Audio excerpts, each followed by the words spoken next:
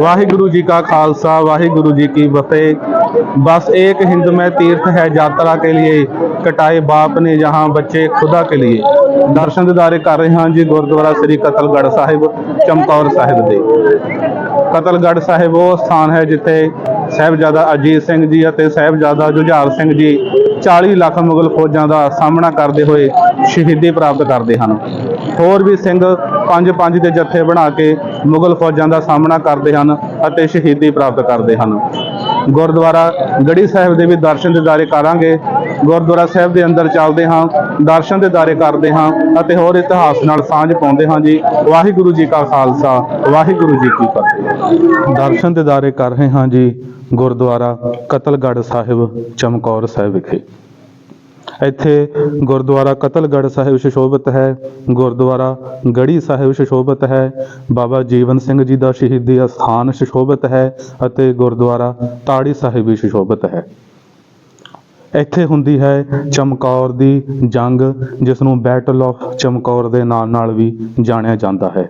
ਇੱਥੇ 45 ਕੁ ਦੇ ਕਰੀਬ ਸਿੱਖਾਂ ਨੂੰ 10 ਲੱਖ ਮੁਗਲ ਫੌਜ ਪਹਾੜੀ ਰਾਜਿਆਂ ਨੇ ਘੇਰਾ ਪਾਇਆ ਸੀ। ਇਹ ਹੁਣ ਦੂਸਰੀ ਵਾਰ ਹੋਇਆ ਸੀ ਕਿ 10 ਲੱਖ ਦੀ ਫੌਜ ਫਿਰ ਗੁਰੂ ਮਹਾਰਾਜ ਜੀ ਨੂੰ ਘੇਰਾ ਪਾ ਲੈਂਦੀ ਹੈ, ਕਿਉਂਕਿ ਪਹਿਲਾਂ ਆਨੰਦਪੁਰ ਸਾਹਿਬ ਦੇ ਕਿਲ੍ਹੇ ਨੂੰ ਵੀ 10 ਲੱਖ ਦੀ ਫੌਜ ਨੇ ਘੇਰਾ ਪਾਇਆ ਸੀ। ਉੱਥੇ ਗੁਰੂ ਮਹਾਰਾਜ ਅਤੇ ਉਹਨਾਂ ਦੇ ਸਿੱਖਾਂ ਨੇ ਬਹਾਦਰੀ ਦੇ ਜੋਹਰ ਦਿਖਾਉਂਦੇ ਹੋਏ ਮੁਗਲ ਫੌਜਾਂ ਦਾ ਸਾਹਮਣਾ ਕਰਦੇ ਹੋਏ ਆਨੰਦਪੁਰ ਸਾਹਿਬ ਦਾ ਕਿਲ੍ਹਾ ਛੱਡਿਆ ਸੀ। ਸਰਸਾ ਨਦੀ ਨੂੰ ਪਾਰ ਕਰਨ ਤੋਂ ਬਾਅਦ ਪਰਿਵਾਰ ਵਿਛੜ ਜਾਂਦਾ ਹੈ। ਗੁਰੂ ਮਹਾਰਾਜ ਅਤੇ ਵੱਡੇ ਸਾਹਿਬਜ਼ਾਦੇ 40 ਦੇ ਕਰੀਬ ਸਿੰਘ 7 ਪੋਹ ਦੀ ਸ਼ਾਮ ਤੱਕ ਇਸ ਚਮਕੌਰ ਦੀ ਗੜੀ ਵਿੱਚ ਪਹੁੰਚ ਜਾਂਦੇ ਹਨ। ਇਹ ਕੱਚੀ ਗੜੀ ਹੁੰਦੀ ਹੈ, ਕੱਚੀ ਹਵੇਲੀ ਹੁੰਦੀ ਹੈ, ਜਿਸ ਤੇ ਗੁਰੂ ਮਹਾਰਾਜ ਆ ਕੇ ਡੇਰਾ ਲਾਉਂਦੇ ਹਨ। ਇੱਥੋਂ ਦਾ ਸੇਵਕ ਬੁੱਧੀ ਰਾਮ, ਜਿਸ ਦਾ ਨਾਮ ਦੱਸਿਆ ਜਾਂਦਾ ਹੈ, ਉਹ ਗੁਰੂ ਮਹਾਰਾਜ ਜੀ ਦਾ ਸ਼ਰਧਾਲੂ ਹੁੰਦਾ ਹੈ। ਉਹ ਗੁਰੂ ਮਹਾਰਾਜ ਨੂੰ ਕਹਿੰਦਾ ਕਿ ਮਹਾਰਾਜ, ਇਹ ਗੜੀ ਤਾਂ ਕੱਚੀ ਹੈ, ਇੱਥੇ ਤੁਸੀਂ ਮੁਗਲ ਫੌਜਾਂ ਦਾ ਸਾਹਮਣਾ ਕਿੱਦਾਂ ਕਰੋਗੇ? ਗੁਰੂ ਮਹਾਰਾਜ ਕਹਿੰਦੇ ਹਨ ਕਿ ਹੁਣ ਇਹ ਗੜੀ ਕੱਚੀ ਨਹੀਂ ਰਹੀ, ਇੱਥੇ ਪੱਕਿਆਂ ਦੇ ਪੈਰ ਪੈ ਗਏ ਹਨ। ਹੁਣ ਇੱਥੇ ਜੋ ਇਤਿਹਾਸ ਰਚਿਆ ਜਾਵੇਗਾ, ਰਹਿੰਦੀ ਦੁਨੀਆ ਤੱਕ ਇਤਿਹਾਸ ਦੇ ਪੰਨਿਆਂ ਤੇ ਇਹ ਦਾਸਤਾਂ ਸਿਰਜੀ ਜਾਵੇਗੀ। ਗੁਰੂ ਮਹਾਰਾਜ ਜੀ ਨੇ ਅਤੇ 40 ਦੇ ਕਰੀਬ ਸਿੰਘਾਂ ਨੇ, ਵੱਡੇ ਸਾਹਿਬਜ਼ਾਦਿਆਂ ਨੇ ਇਸ ਗੜੀ ਵਿੱਚ ਆ ਕੇ ਡੇਰਾ ਲਾਇਆ। 7 ਪੋਹ ਦੀ ਸ਼ਾਮ ਤੱਕ ਗੁਰੂ ਮਹਾਰਾਜ ਇਸ ਗੜੀ ਵਿੱਚ ਪਹੁੰਚ ਜਾਂਦੇ ਹਨ। ਜਦੋਂ ਗੁਰੂ ਮਹਾਰਾਜ ਅਤੇ 40 ਦੇ ਕਰੀਬ ਸਿੰਘ, ਵੱਡੇ ਸਾਹਿਬਜ਼ਾਦੇ ਇੱਥੇ ਪਹੁੰਚਦੇ ਹਨ ਤੇ ਸਿੱਖਾਂ ਦੀ ਹਾਲਤ ਬਹੁਤ ਹੀ ਤਰਸਯੋਗ ਹੁੰਦੀ ਹੈ। ਸਿੱਖਾਂ ਦੇ ਵਸਤਰ ਫਟ ਚੁੱਕੇ ਸਨ, ਸਰੀਰਾਂ ਉੱਤੇ ਫੱਟ ਲੱਗੇ ਹੋਏ ਸਨ, ਕਿਉਂਕਿ 7-8 ਮਹੀਨੇ ਦਾ ਘੇਰਾ ਪਹਿਲਾਂ ਕੱਟਿਆ ਹੈ, ਫਿਰ ਸਰਸਾ ਦੀ ਨਦੀ ਪਾਰ ਕੀਤੀ ਹੈ। ਹੁਣ ਲੰਮਾ ਪੈਂਡਾ ਤੈਅ ਕਰਦੇ ਹੋਏ ਗੁਰੂ ਮਹਾਰਾਜ ਤੇ ਸਿੱਖ ਇਸ ਸਥਾਨ ਤੇ ਪਹੁੰਚਦੇ ਹਨ।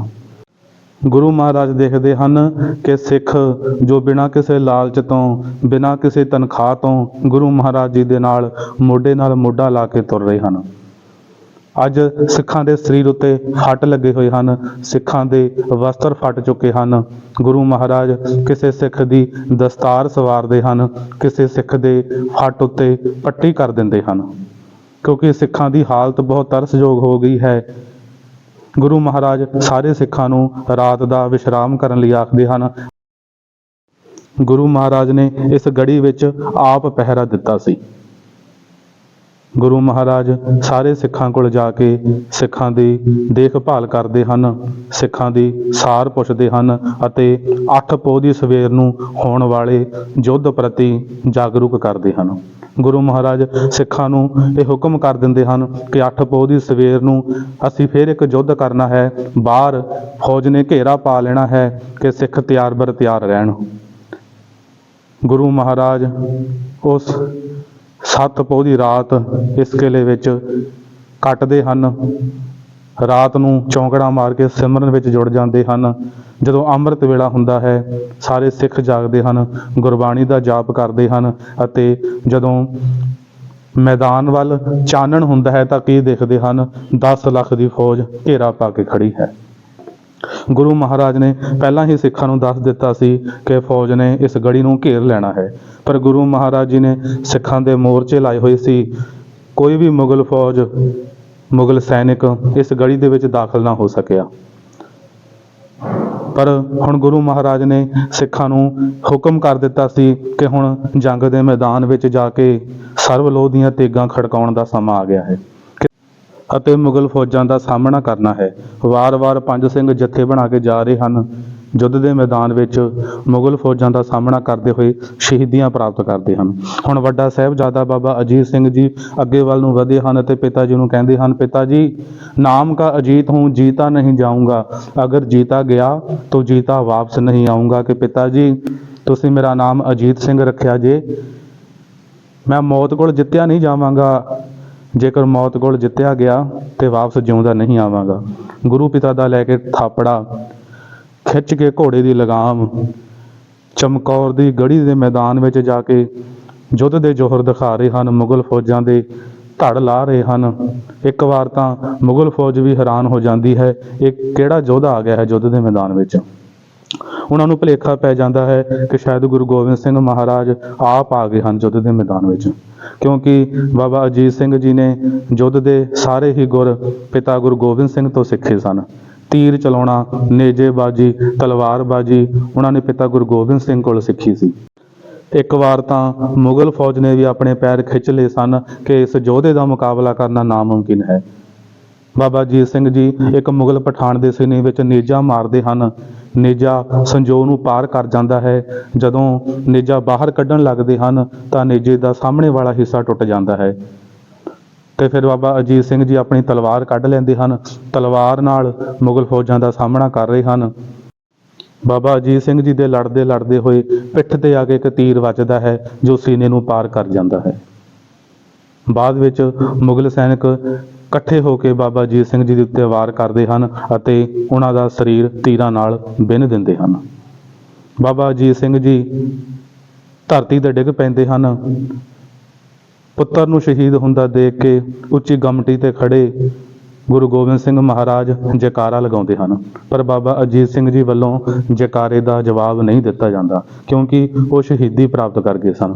ਇਤਿਹਾਸ ਵਿੱਚ ਲਿਖਿਆ ਗਿਆ ਹੈ ਕਿ ਬਾਬਾ ਅਜੀਤ ਸਿੰਘ ਜੀ ਦੇ ਸਰੀਰ ਤੇ 350 ਤੋਂ ਵੱਧ ਫੱਟ ਆਏ ਸਨ ਤੇ ਮੁਗਲ ਫੌਜਾਂ ਨੇ ਬਾਬਾ ਅਜੀਤ ਸਿੰਘ ਜੀ ਦੇ ਸ਼ਹੀਦ ਹੋਣ ਤੋਂ ਬਾਅਦ ਵੀ ਤੀਰਾਂ ਤਲਵਾਰਾਂ ਨਾਲ ਉਹਨਾਂ ਦੇ ਸਰੀਰ ਨੂੰ ਬਿੰਨ੍ਹਦੇ ਰਹੇ। ਹੁਣ ਬਾਬਾ ਜੁਝਾਰ ਸਿੰਘ ਜੀ ਅੱਗੇ ਵੱਲ ਆ ਗਏ ਹਨ ਕਿ ਪਿਤਾ ਜੀ ਮੈਨੂੰ ਵੀ ਯੁੱਧ ਵਿੱਚ ਜਾਣ ਦੀ ਆਗਿਆ ਬਖਸ਼ੋ। ਭਾਵੇਂ ਜੁਝਾਰ ਸਿੰਘ ਜੀ ਨੇ ਯੁੱਧ ਦੇ ਗੁਰ ਨਹੀਂ ਸਿੱਖੇ, ਪਰ ਆਤਮ ਵਿਸ਼ਵਾਸ ਇੰਨਾ ਹੈ ਸ਼ਹੀਦ ਹੋਣ ਦਾ, ਸਿਰ ਤੇ ਜੋ ਜਨੂਨ ਹੈ ਕਿ ਪਿਤਾ ਜੀ ਤੁਸੀਂ ਮੈਨੂੰ ਆਗਿਆ ਬਖਸ਼ੋ। ਤੇ ਫਿਰ ਗੁਰੂ ਗੋਬਿੰਦ ਸਿੰਘ ਮਹਾਰਾਜ ਖੁਸ਼ ਹੁੰਦੇ ਹਨ ਤੇ ਕਹਿੰਦੇ ਹਨ, ਜੁਝਾਰ ਸਿੰਘ ਮੈਨੂੰ ਤੈਨੂੰ ਆਵਾਜ਼ ਮਾਰਨ ਦੀ ਲੋੜ ਨਹੀਂ ਪਈ, ਤੂੰ ਆਪ ਹੀ ਅੱਗੇ ਆ ਗਿਆ ਹੈ।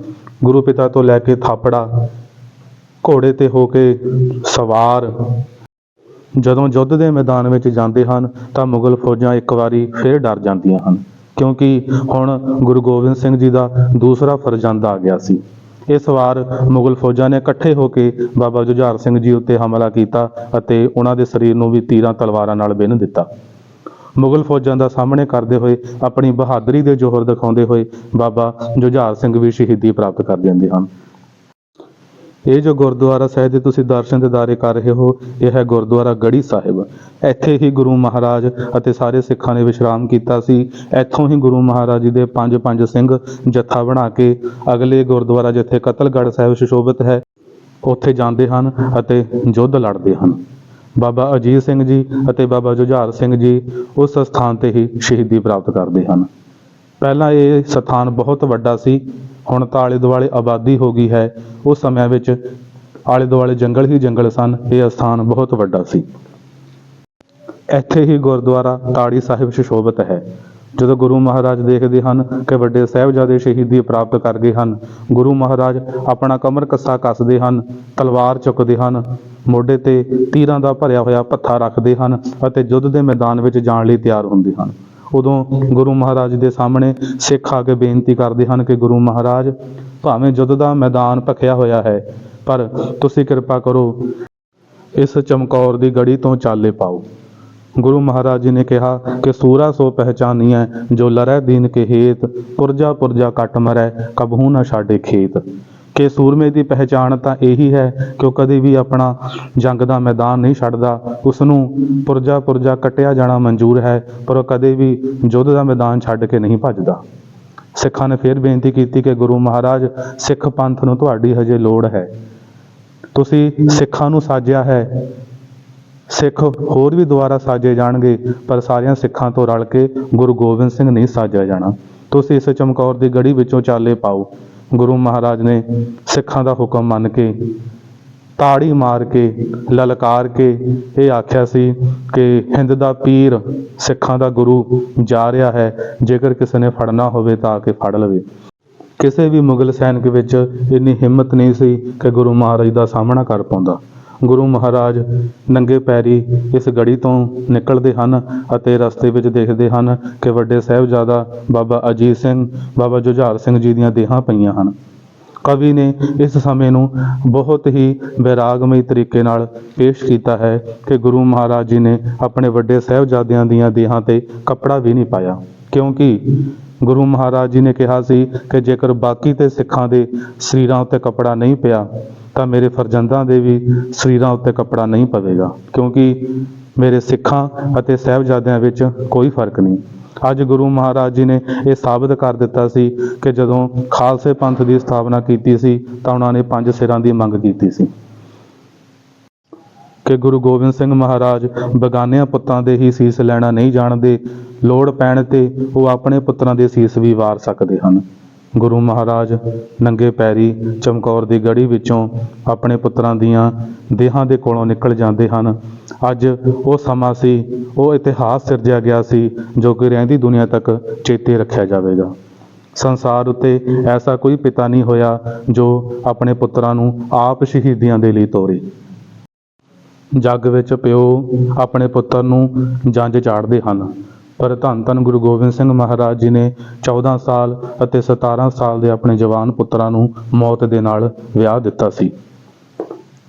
ਗੁਰੂ ਮਹਾਰਾਜ ਦਾ ਸਾਰਾ ਪਰਿਵਾਰ ਵਿਛੜ ਚੁੱਕਾ ਸੀ। ਛੋਟੇ ਸਾਹਿਬਜ਼ਾਦਿਆਂ ਦਾ ਕੁਝ ਨਹੀਂ ਸੀ ਪਤਾ ਕਿੱਧਰ ਗਏ ਅਤੇ ਗੁਰੂ ਮਹਾਰਾਜ ਨੇ ਵੱਡੇ ਸਾਹਿਬਜ਼ਾਦਿਆਂ ਦੀ ਵੀ ਸ਼ਹੀਦੀ ਆਪਣੀਆਂ ਅੱਖਾਂ ਸਾਹਮਣੇ ਹੁੰਦੀ ਦੇਖੀ।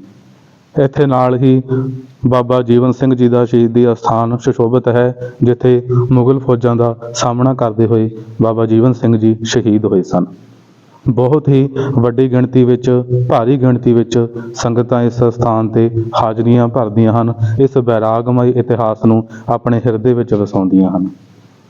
ਸਾਨੂੰ ਆਪਣੇ ਇਸ ਵਿਰਸੇ ਨੂੰ ਸਾਂਭ ਕੇ ਰੱਖਣਾ ਚਾਹੀਦਾ ਹੈ। ਆਉਣ ਵਾਲੀਆਂ ਪੀੜ੍ਹੀਆਂ ਨੂੰ ਵੀ ਦੱਸਣਾ ਚਾਹੀਦਾ ਹੈ ਕਿ ਸਾਡਾ ਜੋ ਵਿਰਸਾ ਹੈ ਕਿੰਨਾ ਮਹਾਨ ਹੈ, ਜਿਨ੍ਹਾਂ ਨੇ ਭੁੱਖੇ ਰਹਿ ਕੇ ਲੱਖਾਂ ਮੁਗਲ ਫੌਜਾਂ ਦਾ ਸਾਹਮਣਾ ਕੀਤਾ। ਗੁਰੂ ਮਹਾਰਾਜ ਜੀ ਦੀ ਸੇਵਾ ਬਦਲੇ ਆਪਣਾ ਪਰਿਵਾਰ ਵੀ ਵਾਰ ਦਿੱਤਾ, ਆਪਣਾ ਘਰ-ਬਾਰ ਵੀ ਵਾਰ ਦਿੱਤਾ। ਇਸ ਵੈਰਾਗਮਈ ਇਤਿਹਾਸ ਨੂੰ ਚੇਤੇ ਕਰਕੇ ਸਿੱਖਾਂ ਦੀਆਂ ਅੱਖਾਂ ਵਿੱਚ ਹੰਝੂ ਆ ਜਾਂਦੇ ਹਨ। ਅਸੀਂ ਵਡਭਾਗੀ ਹਾਂ ਜੋ ਇਹ ਵੈਰਾਗਮਈ ਇਤਿਹਾਸ ਸਾਡੇ ਹਿੱਸੇ ਆਇਆ ਹੈ। ਇਸ ਪੋਹ ਦੇ ਮਹੀਨੇ ਵਿੱਚ ਅਸੀਂ ਵੀ ਉਸ ਵੈਰਾਗ ਨੂੰ ਮਹਿਸੂਸ ਕਰੀਏ, ਉਸ ਦੁੱਖ ਨੂੰ ਮਹਿਸੂਸ ਕਰੀਏ, ਉਸ ਭੁੱਖ ਨੂੰ ਮਹਿਸੂਸ ਕਰੀਏ ਜੋ 4 ਸਾਹਿਬਜ਼ਾਦਿਆਂ ਨੇ ਸਹੀ ਸੀ, ਜੋ ਮਾਤਾ ਗੁਜਰ ਕੌਰ ਜੀ ਨੇ ਸਹੀ ਸੀ ਅਤੇ ਜੋ ਹੋਰ ਵੀ ਸ਼ਹੀਦ ਸਿੰਘਾਂ ਨੇ ਸਹੀ ਸੀ। ਆਓ ਹੁਣ ਬਾਬਾ ਜੀਵਨ ਸਿੰਘ ਸ਼ਹੀਦ, ਉਹਨਾਂ ਦੇ ਅਸਥਾਨਾਂ ਦੇ ਦਰਸ਼ਨ ਦੀਦਾਰੇ ਕਰਦੇ ਹਾਂ।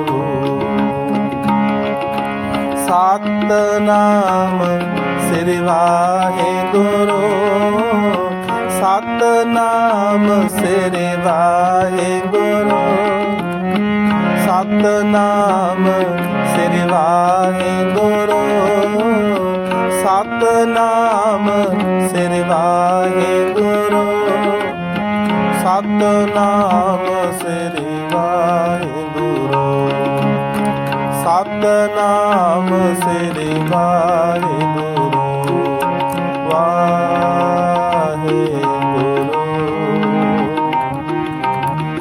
ਵਾਹਿਗੁਰੂ।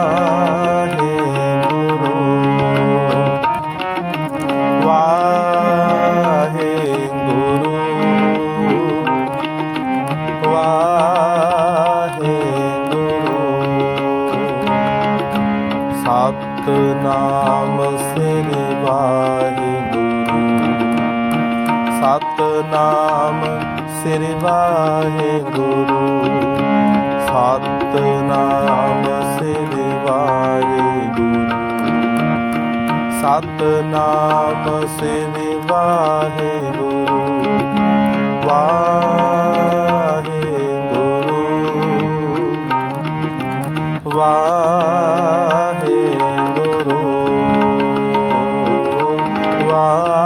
ਅਸੀਂ YouTube ਚੈਨਲ ਸਰਦਾਰ ਵਲੋਗਸ ਰਾਹੀਂ ਗੁਰਦੁਆਰਾ ਸਾਹਿਬ ਦੇ ਦਰਸ਼ਨ ਦਿਦਾਰੇ ਕਰਾਉਂਦੇ ਹਾਂ ਅਤੇ ਇਤਿਹਾਸ ਨਾਲ ਸਾਂਝ ਪਾਉਂਦੇ ਹਾਂ। ਗੁਰਦੁਆਰਾ ਕਤਲਗੜ੍ਹ ਸਾਹਿਬ, ਗੁਰਦੁਆਰਾ ਗੜੀ ਸਾਹਿਬ, ਚਮਕੌਰ ਸਾਹਿਬ ਦੇ ਦਰਸ਼ਨ ਦਿਦਾਰੇ ਕਰਾਏ ਹਨ, ਇਤਿਹਾਸ ਨਾਲ ਸਾਂਝ ਪਾਈ ਹੈ।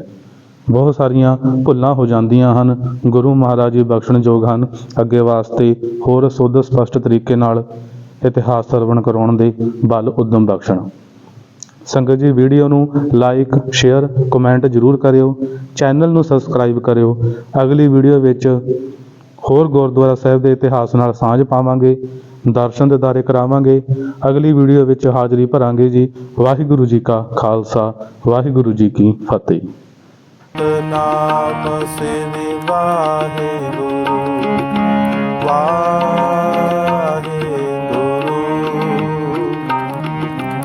ਵਾਹਿਗੁਰੂ